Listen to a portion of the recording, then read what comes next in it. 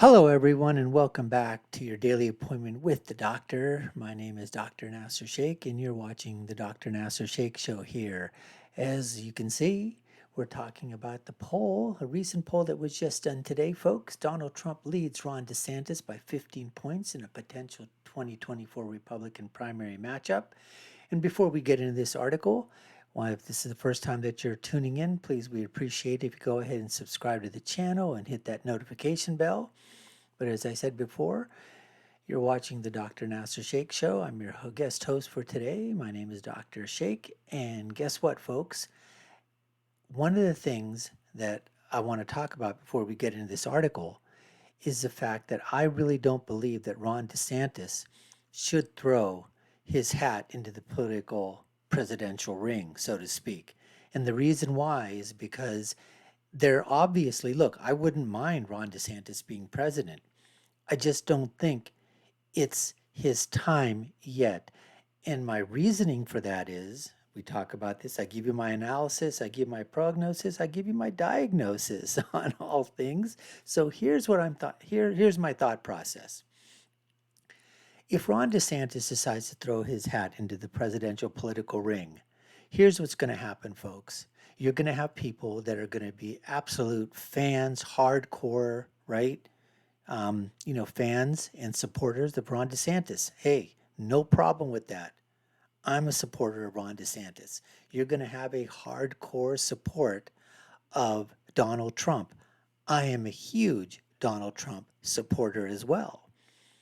What I don't want to see is what happened between Hillary Clinton and Bernie Sanders, where you know what happened. Bernie Sanders literally got, pretty much, the shaft because of the super delegates and everything was basically there for Hillary Clinton. You know how much within the Democratic National Committee, all the things that were going on inside the shenanigans that was there with the delegates and the super delegates and during the primaries and all the stuff that was happening. And literally, like I said, Bernie Sanders quietly decided not to go ahead and make a big thing out of it, a federal case out of it, although I think he should have. But what happened, folks? You saw what happened. Bernie supporters did not come out and support Hillary Clinton because of the accusations and all the other things that happened during that primary. They were upset, a lot of them. A lot of them didn't want to vote for Hillary. They wanted to vote for Bernie and they stayed home or they voted third party candidate. And I'm afraid that the way Donald Trump is wired is that, and also Ron DeSantis, you have two alpha males here, folks, competing for the most powerful, prestigious position in the entire world, the presidency of the United States. Donald Trump wanted to be president. He became president. Ron DeSantis, I'm sure, wants to become president, and one day he's going to be. But here's what I feel is going to happen. And put down the comments if you think you agree with me or you don't. But if Ron DeSantis comes in, his supporters, Trump supporters, there's going to be volleys thrown back and forth. And everybody says it's going to make them stronger. It's going to make everybody better because they're debating and they're talking. You know what's going to happen, folks. Trump's going to fire off some some of his volleys, right? His political volleys, whether it's come by Twitter or through social or through the, whatever it is, through social media. And some of it is going to be really, Trump can do some things that are going to rankle and irk and just tick off a lot of people and within the Republican Party. And we need each and every single Republican to be on board with our candidate. We don't need anybody at the end of the primary going, you know what? Trump just, you know what? I'm not voting for Trump. I'm staying home, or I'm going to vote third party, or I'm going to do something different. We can't get into the 80%, the high mid 80s, high 80s of Republicans. We need to have that 93, 94, 95%, if not higher. And what I'm afraid is going to happen is that if both of these guys get into the ring, they're going to chew each other up, spit each other out, and it's just going to harm whoever comes on board. If it's Trump, he's going to be harmed by DeSantis supporters who aren't going to vote for him. If DeSantis somehow, gets a nomination, which I just don't think he can do, but if somehow he did get the nomination, well, folks, A lot of those Trump voters are going to stay home. Look what happened in the rural areas in Florida. 30% of the vote of rural areas went to Christ for governor. So DeSantis may have done a huge, unbelievable job in Florida, but does that mean that's going to translate out into flyover country, into rural America, into Iowa, Michigan, Pennsylvania, Wisconsin, Minnesota, those places? I don't think so. So as we take a look here, just take a look here and see what they're going to say. So the poll was just released on Wednesday, showed that he's a runner over a nomination for his potential primary opponents. It's a morning consult Politico poll. Sampled 849 registered voters, support the potential 2024 field. Trump, who officially announced his candidacy, got 45%, 15 points ahead of Ron DeSantis, who got 30%. Nobody else, folks, nobody else even came within double digits. Here's political polls. Trump, DeSantis, Pence. I mean, if DeSantis isn't in there, those 30% are going to go to Trump. That's 75. You're looking right now at he's beaten DeSantis by 68 points. Then you have Cruz at 3, Romney at 2, Haley at 2, Cheney. I mean, that must be her dad and mom, that 2%. And then you got Rubio, Hollio, Pompeo, and Scott, basically, I mean, at the bottom, right? So 7% said they back Vice Pence, as we talked about. I just don't. This is just, with in terms of Liz Cheney, as we talked about here.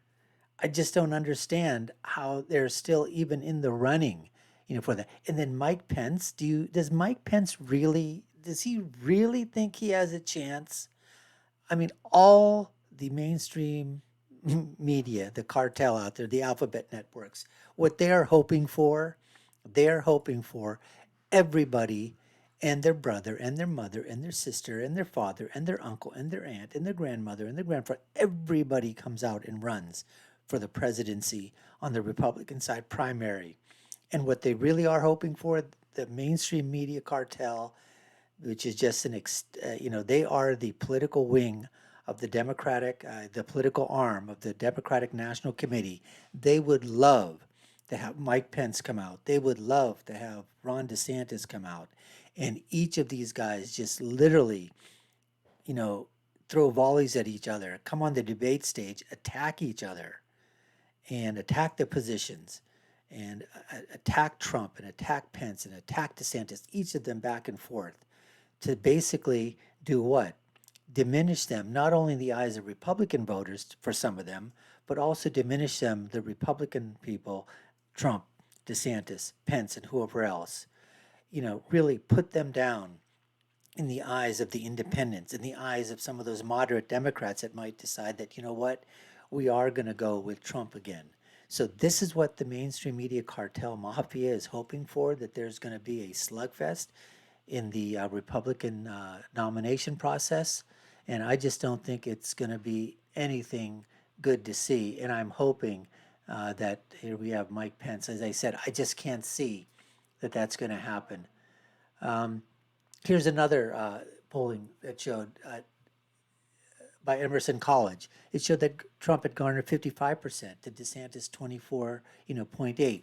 There was just, and these are polls that was after he announced his candidacy, and this is after, obviously, the midterms. So this isn't something we're doing. As he says, our country was great. Our country's not great anymore. Our country's a laughingstock right now. But our country can be greater than it ever was before by a lot.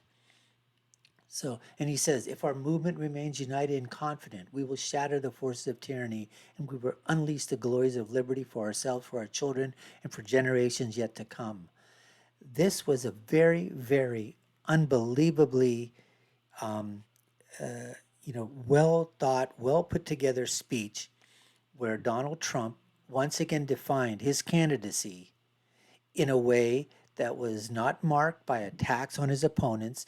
He stuck to the script. He said what he wanted to do, outlined what his candidacy was about, and what he was going to do for America and the American people. And this, I believe, was a great, great, wonderful speech to start off, the campaign. And they're talking about here, 2018, in 2018, the registered voters, 72%, they believe the country's heading in the wrong direction. They somewhat approve, only 40%. 24% only strongly approve. 18% of Biden's performance as president. However, you take a look, a majority of the registered voters, they disapprove of Biden's job of plurality. And there's a plurality of 39% who are strongly disapproving. So once again, as we're saying, it's all we're saying is that Trump needs to, he's out there. I think everybody else needs to support him. Let's just let the Republican primary be with Trump only, and then face whoever it's going to be, whether it's going to be, Joe Brandon, or if in fact, I really believe that if Joe Brandon continues to be president, I think he's going to run, folks. I don't think there's anybody out there that's going to mount a serious challenge to him in the Democratic Party. They're going to just say that, it doesn't matter. He's well above 80 years old. He'll be 82, 81, 82 by the time he starts this thing. And I believe that's something that can completely be there. There's no doubt about that in my mind that Joe Brandon is going to run for president unless his health comes to a point where he just can't do it. So anyways, we really thank you for watching our show today. Thanks for tuning in. And I'll leave you with my final thought, folks. And that's the following. When you're right, you're right. And when you're left, you're wrong. We'll see you again next time, folks. Stay safe and take care.